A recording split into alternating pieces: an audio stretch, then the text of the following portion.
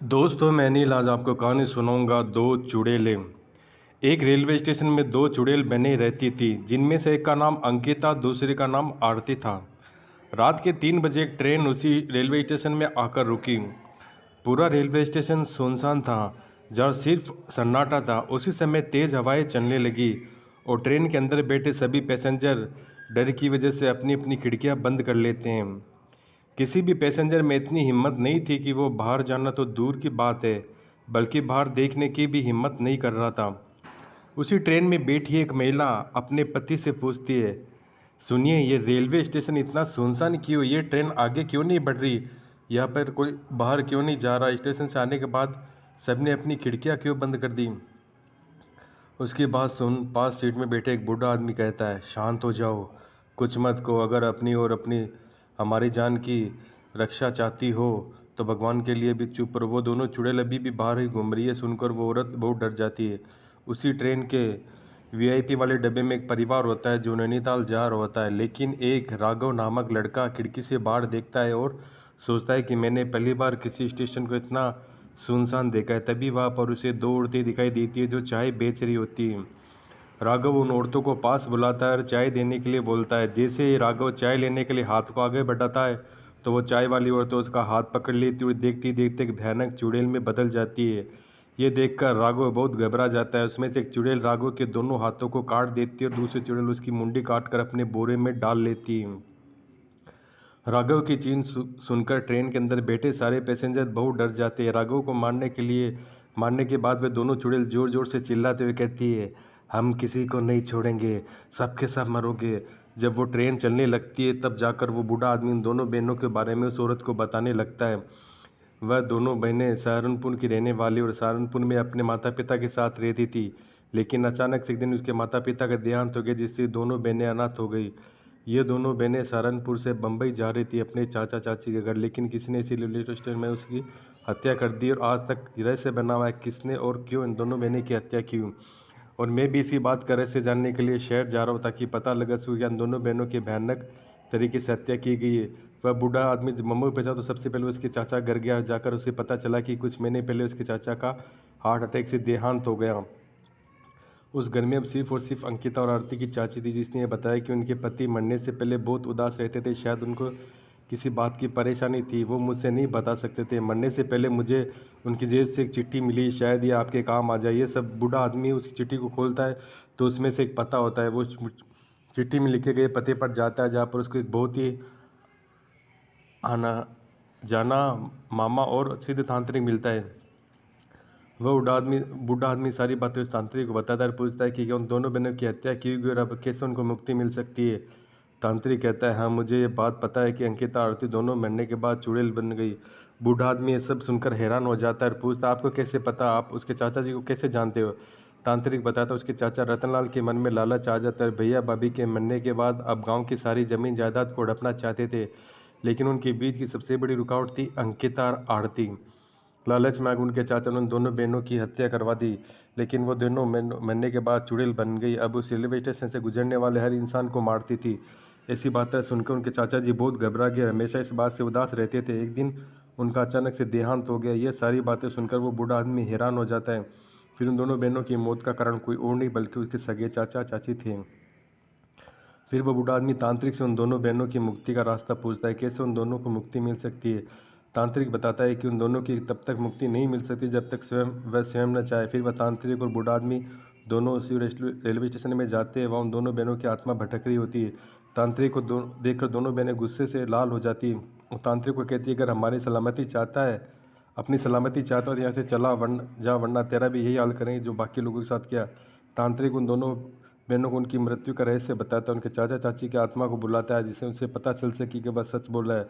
अपने चाचा चाची की बातें सुनकर उन्हें बहुत दुख होता है और वह दोनों मुक्ति के लिए मान जाती है। इस तरह से उन दोनों बहनों को मुक्ति मिल जाती है। चुड़ैल की कहानी। एक गांव में रमेश नामक लड़का था जो अपनी पत्नी के साथ रहता था। रात होते उसके घर में कुछ अजीब अजीब सी आवाज़ें आती थीं। रमेश की पत्नी रमेश को रात के समय जगाकर कहती थी, बाहर से डरावनी आवाज़ें आ रही है। रमेश अपनी पत्नी को कहता, क्या हुआ, तुम इतना क्यों डर रही हो?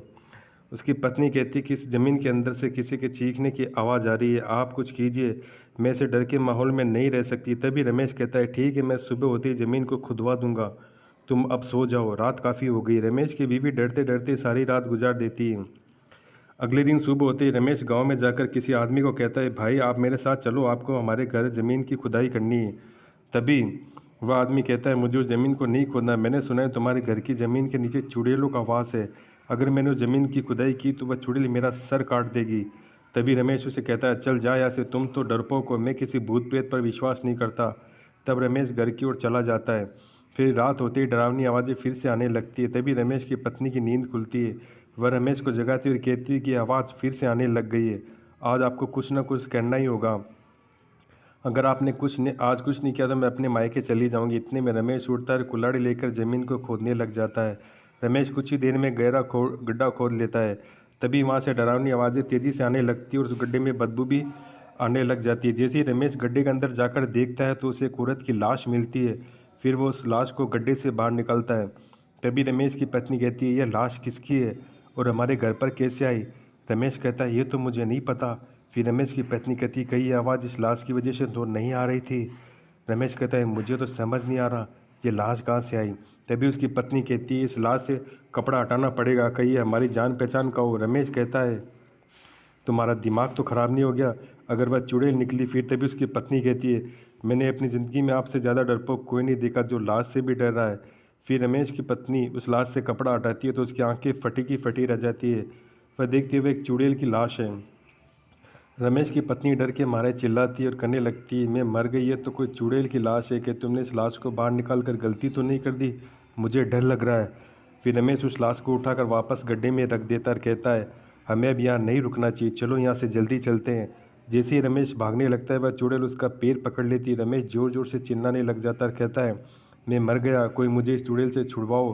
वह सोचता है कि मैं अब क्या करूँ, कैसे अपना पैर छुड़वाऊँ। फिर वह चुड़ैल से कहता है, हे चुड़ैल जी, मुझे छोड़ दो, आप चाहो तो ये घर ले लो, हम दोनों ये घर छोड़कर चले जाएंगे, आप ही इस घर की मालकिन हो, बस आप मुझे छोड़ दो। तभी उस चुड़ैल के हंसने की आवाज़ आती है। वह कहती है, इतने सालों के बाद कोई इंसान मेरे हाथ आया है, ऐसे कैसे छोड़ दूँ? फिर वह चुड़ैल रमेश की टांग को खाती है। तभी रमेश जोर से चिल्लाने लगता है, कहता है, चुड़ैल मुझे मार डालेगी, मुझे बचाओ। वही दूसरी ओर रमेश की बीवी गांव की ओर भागती हुई जाती है, गांव के कुछ लोगों से मदद मांगती है। वह कहती है, भाई साहब आप मेरी मदद करें, मेरे पति को चुड़ैल ने पकड़ लिया, आप लोग जल्दी मेरे साथ चलो। फिर कुछ गांव वाले रमेश की पत्नी के साथ जाते हैं। जैसे ही वहाँ घर पहुँचते खिड़की से झाँक कर देखते उसकी आंखें फटी की फटी रह जाती। गाँव वाले कहती है, अरे बहन ये चुड़ैल कहाँ से आई? रमेश की पत्नी कहती है, भाई साहब ये चुड़ैल बहुत सालों से हमारे घर के नीचे ही रह गई थी, हमने इस घर के आंगन ज़मीन की खुदाई की, तभी ये चुड़ैल खुदाई से बाहर निकल गई। रमेश कहता है, तुम लोग बाहर खड़े होकर बात ही करोगे कि मुझे चुड़ैल से बचाओगे? चुड़ैल मेरी टांग छोड़ ही नहीं रही।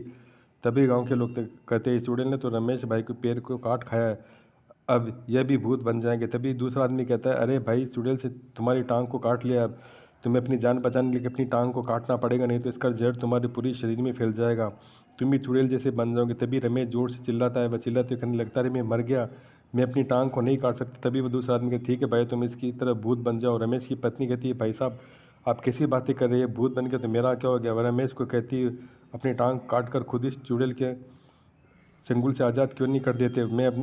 मैं एक लंगड़े के साथ ज़िंदगी बिता सकती हूँ लेकिन भूत के साथ नहीं। सभी गांव वाले कहते हैं, अगर ये चुड़ैल इस घर से आज़ाद होगी तो पूरे गांव वालों को खा जाएगी, इसलिए हमें इस घर को आग के हवाले ही करना होगा। रमेश कहता है, अरे यह क्या बोले, इस चुड़ैल के साथ मैं भी जल जाऊँगा। तभी गाँव वाले कहते हैं, तुम्हारे पास एक ही रास्ता है, तुम अपना पैर कटवा लो या जल्दी से चुड़ैल से अपना पीछा छुड़ा लो, नहीं तो मैं इस घर को आग के हवाले कर देंगे। रमेश कुछ देर सोचने के बाद कहता है, मैं अब क्या करूँ? तभी रमेश की पत्नी पड़ोसी के घर से कुल्हाड़ी लाती है और रमेश का पैर काट देती है। इस तरह से रमेश का उस चुड़ैल से आज़ाद करा देती है। सभी गांव वाले उस घर को आग लगा देती हैं। वह चुड़ैल उस आग में जलकर मर जाती है। इस तरह से उस चुड़ैल का अंत हो जाता है। तो दोस्तों आज के लिए इतना ही, तब तक के लिए धन्यवाद। आप लोग जहाँ रहें सुखी रहें।